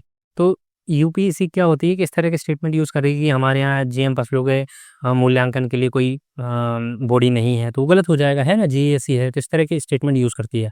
या फिर जीएससी के बारे में डायरेक्टली पूछ सकती है, क्योंकि स्टैट्यूटरी बॉडी यानी कि वैधानिक निकाय है। ठीक है? तो चिकित्सा में जैव प्रौद्योगिकी के कई सारे अनुप्रयोग होते हैं, वो हम समझते हैं। जैसे कि आनुवंशिक रूप से इंजीनियर इंसुलिन, मैंने बताया आपको, सारे जीन जिसको आइडेंटिफाई करा जा सकता है, इसके बाद में रिकॉम्बिनेंट के तरीके से उसका उत्पादन किया जा सकता है। पहले क्या करता है, इसी काम को क्या करते थे, मवेशियों और सुअरों के अग्नाशय से निकाला जाता है। जैसे कि इंसुलिन क्या होता है, हमारा जो पैंक्रियाज यानी अग्नाशय होता है, तो वहाँ बनता है। उसमें जो मैंने बताया था आपको मतलब पहले स्टार्टिंग में, कि बीटा सेल्स जो होती है वो इंसुलिन का उत्पादन करती है ना? अगर बीच में बीटा सेल्स डिस्ट्रॉय हो जाती है ना, बीटा सेल्स खत्म हो जाती है, तो हमारा अग्नाशय क्या होता है कि उनको उत्पाद, ठीक है? तो फिर जब ये बीटा सेल्स जब नष्ट हो जाती है तो इंसुलिन का प्रोडक्शन नहीं होता है। तो पहले मवेशियों और सुअरों से अग्नाशय से निकाला जाता था। फिर इसके बाद में क्या हुआ कि अब ये तो काफ़ी वो प्रोसेस है, कितने मवेशी कहाँ से लेके आएंगे सुअरों वगैरह को। तो फिर क्या हुआ कि 1983 में एक एली लिली नामक एक अमेरिकी कंपनी थी, उसने एक नई तकनीक निकाल ली। इसमें क्या होता है कि एक ई कोलाई बैक्टीरिया होता है, उसका जो प्लाज्मिड होता है, आपने देखा था ना प्लाज्मिड में, ये विशेष प्रकार का होता है जिसमें डीएनए को भी डाल के बैक्टीरिया के थ्रू अंदर इंसर्ट कराया जा सकता है। तो इसके थ्रू क्या होता है, एक नई टेक्निक तैयार की गई जिससे इंसुलिन का उत्पादन किया जाता है। ठीक है? फिर इसके बाद में एक जीन थेरेपी होती है। जीन थेरेपी आनुवंशिक समस्याओं को इलाज के लिए तकनीक है जिसमें जोसून जीन को स्वस्थ जीन से बदला जाता है। यह मानव कोशिकाओं के डीएनए को जोड़ने का तरीका जो कृत्रिम रूप से तैयार किया जाता है। जीन थेरेपी 2 श्रेणियों में विभाजित किया जाता है। ठीक है? फिर इसमें दैहिक कोशिकाओं में जीन थेरेपी, है ना? और इसके बाद में जर्मलाइन कोशिकाओं में जीन थेरेपी। जर्मलाइन कौन सी होती है? जो नए-नए भ्रूण होते हैं ना, उन्हीं से रिलेटेड इस प्रक्रिया में अंडाणु शुक्राणु के जरिए इसको परफॉर्म किया जाता है। तो ये जो दैहिक होती है इसको समझते हैं। यह मानव शरीर की दैहिक कोशिकाओं में सबसे अधिक देखा जाने वाला प्रकार है। ये केवल क्षतिग्रस्त कोशिकाओं को रोगी की स्वस्थ कोशिकाओं में बदलता है, इतना ही काम है इसका। इस प्रक्रिया का उपयोग करके चिकित्सीय जीन को मानव शरीर की दैहिक कोशिकाओं में प्रवेश कराया जाता है। जीन थेरेपी का तरीका अच्छा और सुरक्षित माना जाता है। इसके बाद जर्म लाइन जीन थेरेपी में क्या होती है, ये ज़्यादातर डिसीज को क्योर कर सकती है। ये मानव शरीर की रोगाणु कोशिकाओं में होता है। आमतौर पर इस विधि का उपयोग बीमारी पैदा करने वाली आनुवांशिक असामान्यताओं को दूर करने के लिए किया जाता है, जो माता पिता के उनके बच्चों में स्थानांतरित है, अनुवंश जेनेटिक डिसीजेस को। इस प्रक्रियाओं में उन कोशिकाओं में स्वस्थ डीएनए डालना शामिल है जो प्रजनन कोशिकाएं होती है ना उनमें। मैंने बोला प्रजनन के दौरान जर्म लाइन को यूज़ करा जाता है, ठीक है। अंडे शुक्राणु पैदा करते हैं, उन प्रजनन कोशिकाओं को ही अल्टर कर दिया जाता है ना। फिर इसके बाद टीके, जैव प्रौद्योगिकी रूप में टीके, हेपेटाइटिस बी का जो टीका बनाया गया है, पुनर्योगस तकनीक का उपयोग कर रिकॉम्बिनेंट डीएनए टेक्निक का यूज़ करके इसको विकसित किया गया है, जिससे सुरक्षा और प्रभावशीलता बढ़ जाती है। फिर इसके बाद मोनोक्लोनल एंटीबॉडी यदि प्रयोगशाला में निर्मित करी जाती है। ये प्रयोगशाला में निर्मित ये एंटीबॉडी विशिष्ट कोशिकाओं के प्रोटीनों को लक्षित करते हैं, जो कैंसर और प्रतिरक्षी विकारों जैसे लिम्फोमा के लिए रिटुक्सीमेब जैसे रोगों के उपचार में उपयोगी होते हैं। फिर आता है stem cell therapy. Stem cell therapy का उपयोग क्षतिग्रस्त ऊतकों को पुनर्जीवित करने के लिए किया जाता है ना। स्टेम सेल थेरेपी का उपयोग क्यों किया जाता है, जो क्षतिग्रस्त ऊतक होता है उनको पुनर्जीवित करने के लिए किया जाता है। इसका उपयोग रीढ़ की हड्डी की चोटों, है ना, और पार्किंसन रोग, हृदय रोगों के उपचार में किया जाता है। मैं इसका एक एग्जांपल बताता हूँ। जैसे कि स्टेम सेल थेरेपी से क्या होता है, ये क्या होता है, अनस्पेशलाइज्ड सेल्स होती है जिनको नई सेल्स में तब्दील किया जा सकता है, ठीक है। तो ऐसी इसी तरह से जैसे मैंने अभी थोड़ी देर पहले जो एग्जांपल दिया उसी को फिर से लेते हैं। जैसे अग्नाशय पेंक्रियास था, है ना, जो इंसुलिन बना रहा था, उसकी जो बीटा सेल्स थी वो इंसुलिन बना रही थी, है ना। जब ये बीटा सेल्स जब डिस्ट्रॉय हो जाती है तो इंसुलिन नहीं बनेगा।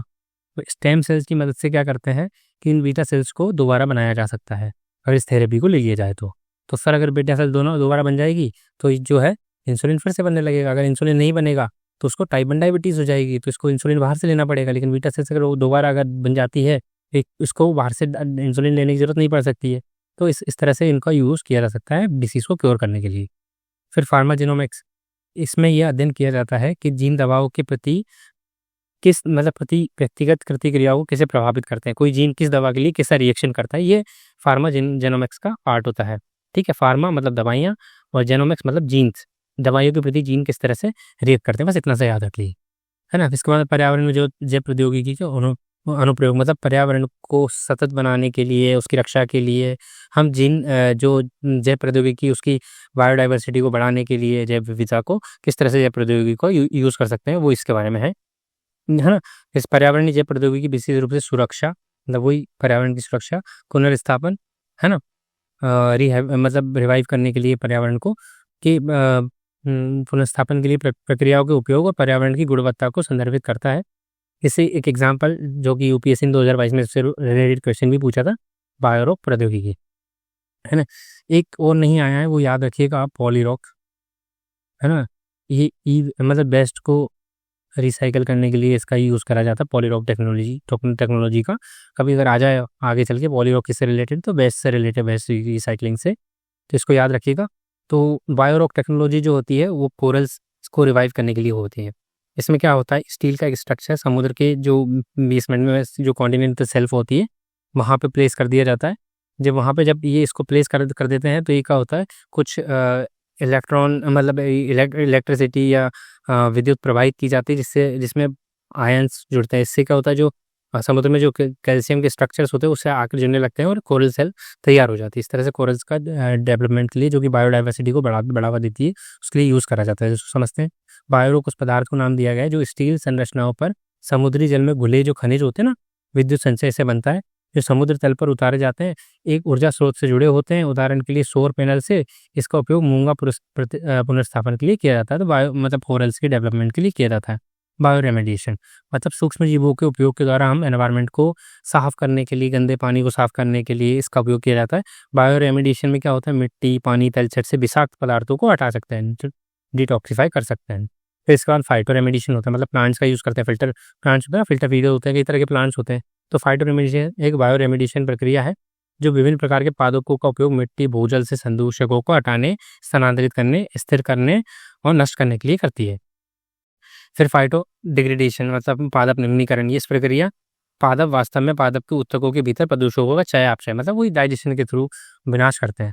इसके बाद में पादप, है ना, आपने सुना होगा मीथेन ईटिंग बैक्टीरिया भी होता है ना, तो इससे पोल्यूशन कम करा जा सकता है।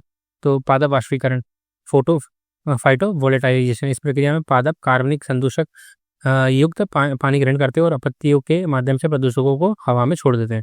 फिर बायोसेंसर्स होते हैं। बायोसेंसर एक विश्लेषणात्मक उपकरण होता है जो जैविक प्रतिक्रिया को भौतिक, रासायनिक या विद्युत संकेत में परिवर्तित कर सकता है। मतलब जो जैविक बायो प्रोसेस होती है ना, उसको जो है भौतिक और रासायनिक और विद्युत संकेत में परिवर्तित कर सकता है। मैं एक एग्जांपल देता हूँ सेंसर्स का, तो उससे आप कुछ रिलेट कर सकते हैं। जैसे कि अभी हम बात करें तो जो ग्लूकोज मॉनिटरिंग सेंसर्स आते हैं जिसको आपको बॉडी में लगा दिया जाता है, जब आप मतलब अपने फ़ोन से उसको स्कैन करते हैं, तो जो बायो प्रोसेस होती है कि अंदर कितनी ब्लड शुगर है, वो स्कैन करके जो है आपको मॉनिटर पे बता देगी आपके अंदर इतनी ब्लड शुगर अभी है।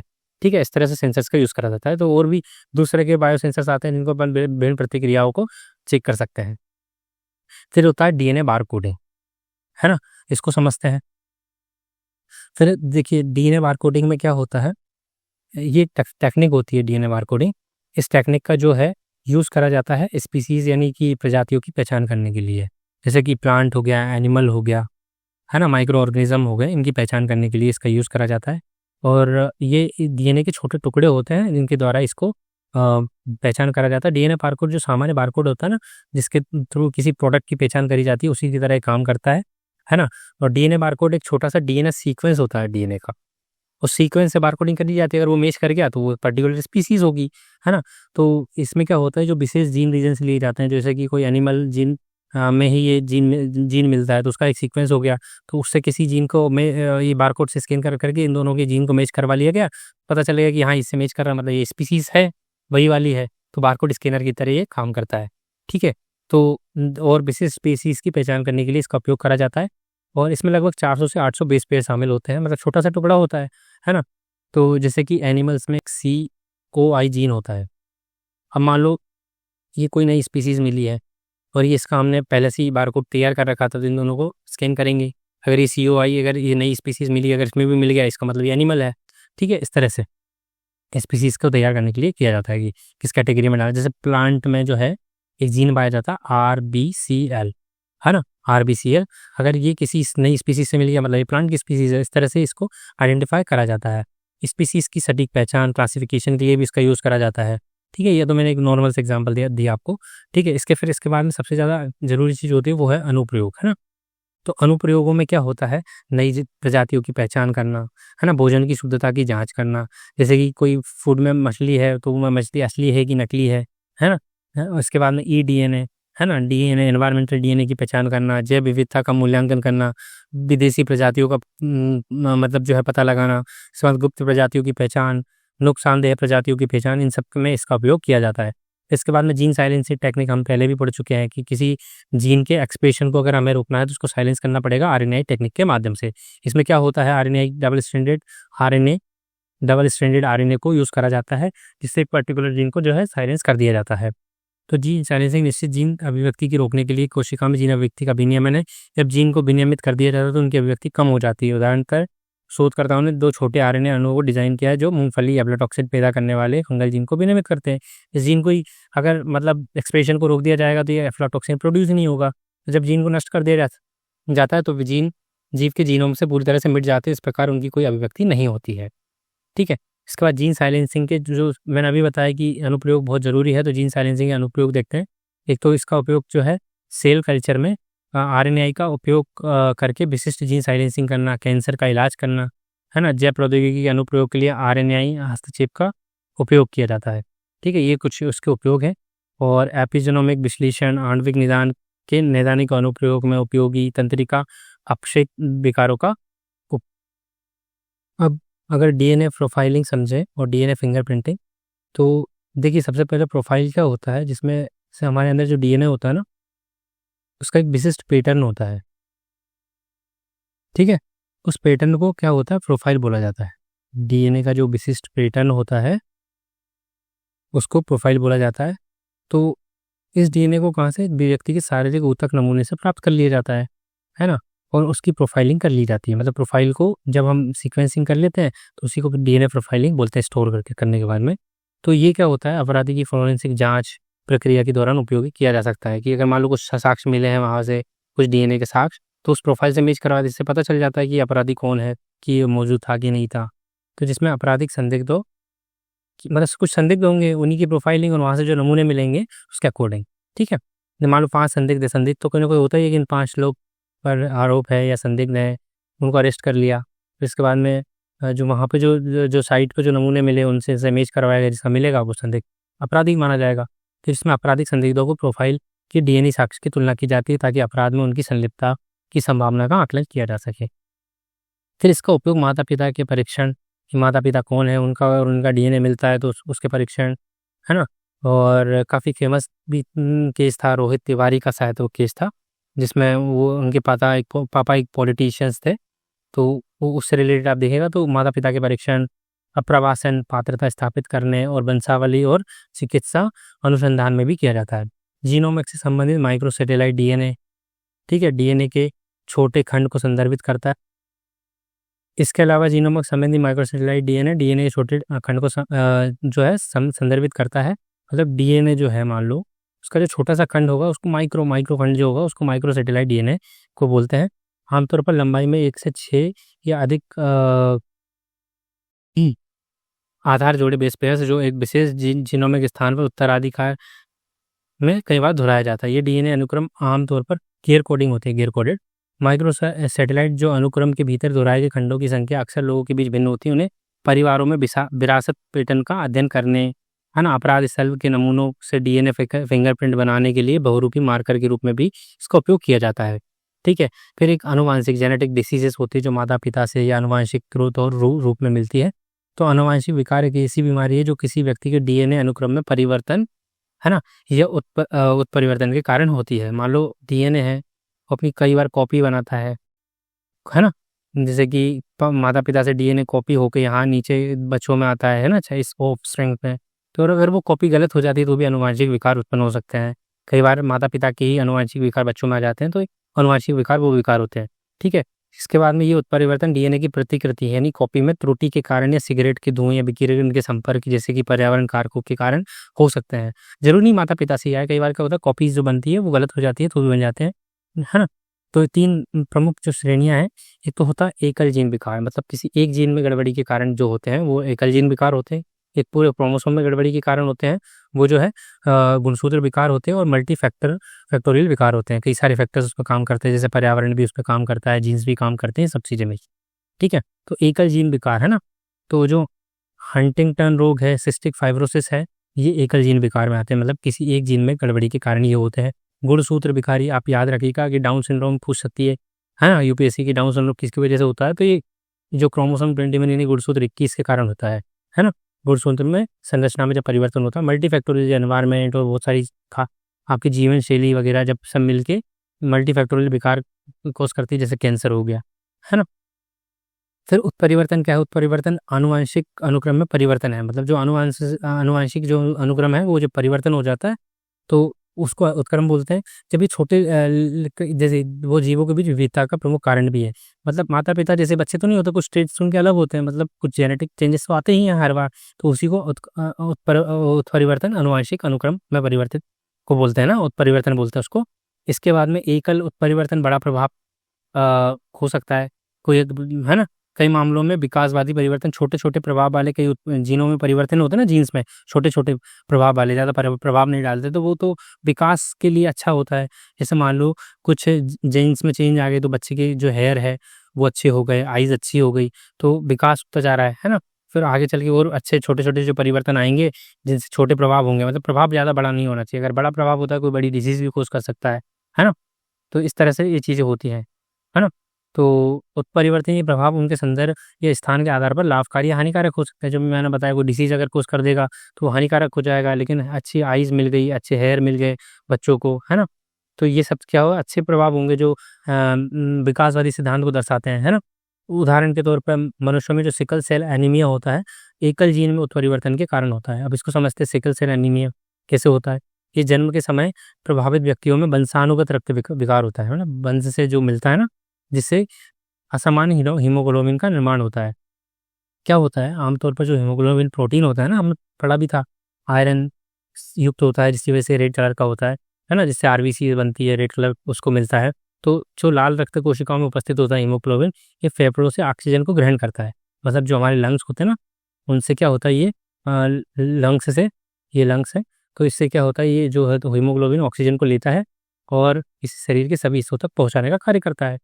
लेकिन क्या होता है, सिकल सेल रोग में हीमोग्लोबिन असामान्य होता है, नॉर्मल हीमोग्लोबिन नहीं होता है, जिससे क्या होता है, जो लाल रक्त कोशिका कठोर हो जाती है, टाइट हो जाती है, जिससे सी या सिकल के आकार की हो जाती है, इस तरह की मुड़ जाती है ना, उनके नॉर्मल आकार नहीं होता, वो इस तरह से मुड़ जाती है, जिसकी वजह से कठोर हो जाती है, जिसकी वजह से जो हीमोग्लोबिन लेके, जिस रक्त से जो ये ऑक्सीजन लेके जाता है वो नहीं ले जा पाता, जिससे कई सारी बीमारियां कोज होती है। जिस आकार से बीमारी का नाम भी प्रेरित है, ये सिकल सेल जैसी हो जाती है। सिकल कोशिका फंस सकती है और रक्त प्रवाह अवरुद्ध भी कर सकती है, जिससे दर्द और संक्रमण हो सकता है। ठीक है, तो ये बायोटेक के 2 पार्ट हमने देखे हैं, इनको आप अच्छे से करिए और अब हम आगे अगले टॉपिक डिस्कस करेंगे आगे।